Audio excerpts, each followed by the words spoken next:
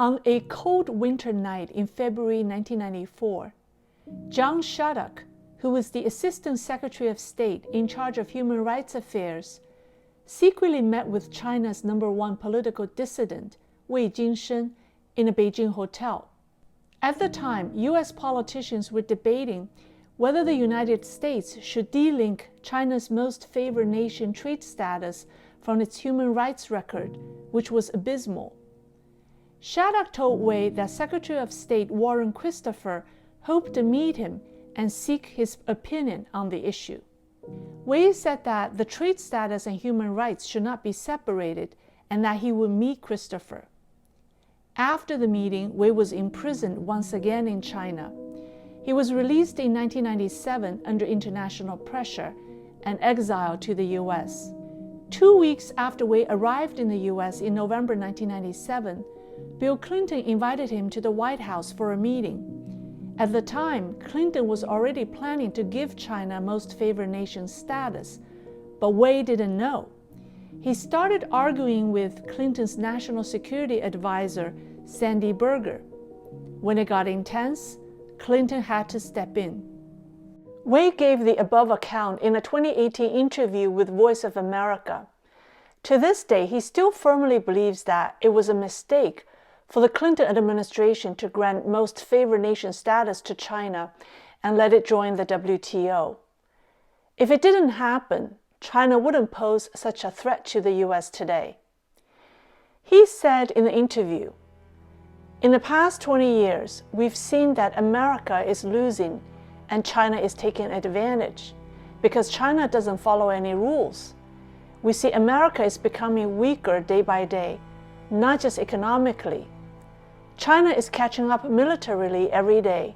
Moreover, it has a completely different ideology, and its ultimate goal is to defeat you, America." Bill Clinton, in his 1992 election campaign, criticized the Bush administration for its soft attitude towards China, particularly in relation to human rights. However, 2 years later, when Wei secretly met with Shattuck, Clinton was already thinking about delinking human rights with trade status. By the time Wei visited the White House after leaving China in 1997, it seemed that Clinton had already made up his mind. He spent the next 2 years putting pressure on legislators to convince them that it was in America's best interest to let China join the WTO. In a speech at Johns Hopkins University in 2000, Clinton argued his point by saying this: "Economically, this agreement is the equivalent of a one-way street. It requires China to open its markets with a fifth of the world's population, potentially the biggest markets in the world, to both our products and services in unprecedented new ways." Clinton was right. It did turn out to be a one-way street, but not in the way he anticipated. It is a one-way street that benefits China at the cost of America. According to the Economic Policy Institute's February 2000 issue, Clinton's claims were misleading. The administration proposed to facilitate China's entry into the WTO at a time when the U.S. already had a massive trade deficit with China. In 1999, the U.S. imported approximately $81 billion in goods from China and exported $13 billion, a 6-to-1 ratio that represented the most unbalanced relationship in the history of U.S. trade. While exports would generate about 170,000 U.S. jobs, imports would eliminate almost 1.1 million jobs for a net loss of 880,000 jobs in 1999. At the time, the U.S. government's most comprehensive assessment of the costs and benefits of the China WTO deal showed that it was a bad deal for the U.S. and its workers. Even so, Clinton still asked Americans to believe that the benefits from the agreement would be great and that they would exceed its cost in the short term. Clinton said, "By joining the WTO, China is not simply agreeing to import more of our products, it is agreeing to import one of democracy's most cherished values, economic freedom. Other assumptions that Clinton made included: 1. China will comply with all terms of the accession agreement. 2. China will not devalue its currency. 3.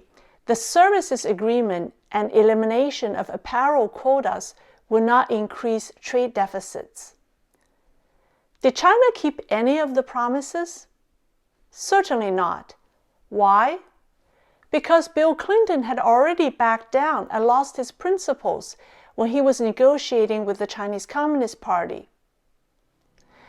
The signing of the 2000 U.S.-China Relations Act has an important background that can't be ignored. The year 1999 was the 10th anniversary of the Tiananmen Square massacre. And in July 1999, the CCP began to persecute Falun Gong, a spiritual mind-body practice popular in China. China's human rights situation was at its worst.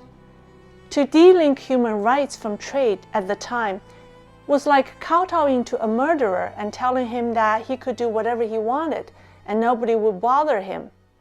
That's why the bill was not popular amongst US legislators.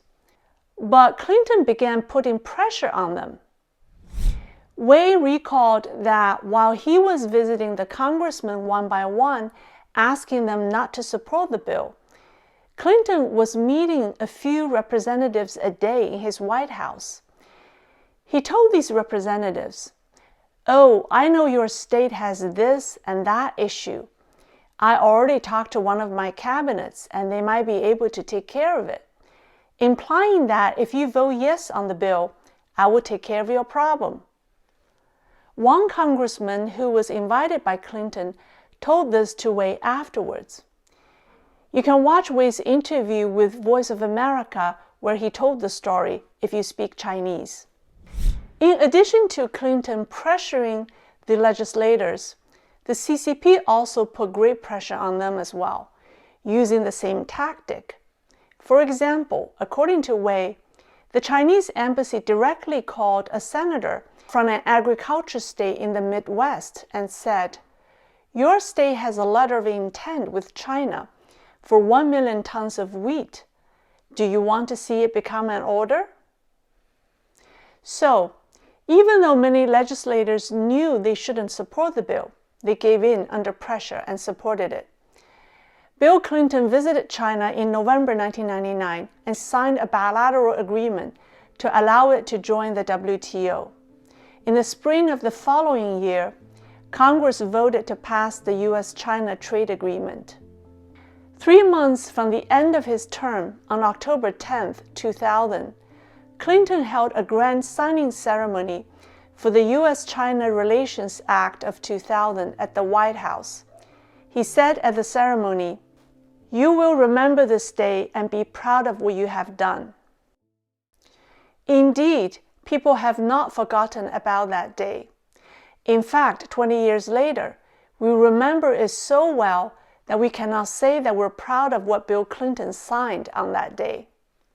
After the CCP's accession to the WTO, free trade and economic development did not lead China to democracy as Clinton predicted. On the contrary, the communist regime, with its strong economic power, has intensified persecuting its people.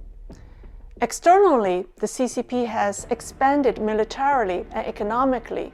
Now the US is feeling the threat. According to the Economic Policy Research Institute, from China's accession to the WTO in 2001 to 2008, during the George W. Bush administration, the Sino-US trade deficit cost 2 million US jobs, and during the Obama administration, this number grew to nearly 3 million. The US has lost an entire generation of skilled workers to China. In 2000, which was the same year the bill was passed, a trade lawyer named Robert Lighthizer warned that if China were allowed to join the WTO, the CCP would become the dominant player in international trade, and almost all American manufacturing jobs would be threatened. Also in the same year, Donald Trump published a book called The America We Deserve, which stated that Beijing was America's biggest long-term challenge. After 16 years, Trump successfully ran for the U.S. presidency, and he appointed Lighthizer to be his trade representative, and the Trump administration started to rectify the unfair trade between China and the U.S., and the rest is history. Many in America believe that allowing China to join the WTO was a historic mistake. The price the United States paid for it has been much more than the millions of jobs and a cumulative trade deficit of trillions of dollars. Allowing China to join the WTO not only weakened America economically and militarily, it has also let China change our values and corrupt our society from within. In my last video, I talked about how corporate media, such as CBS and CNN, went from standing up to the Chinese Communist regime to standing with the regime as a result of China joining WTO. You should take a look at that video. Thank you for watching. Let me know your thoughts, and please like and share my program. I'll see you next time.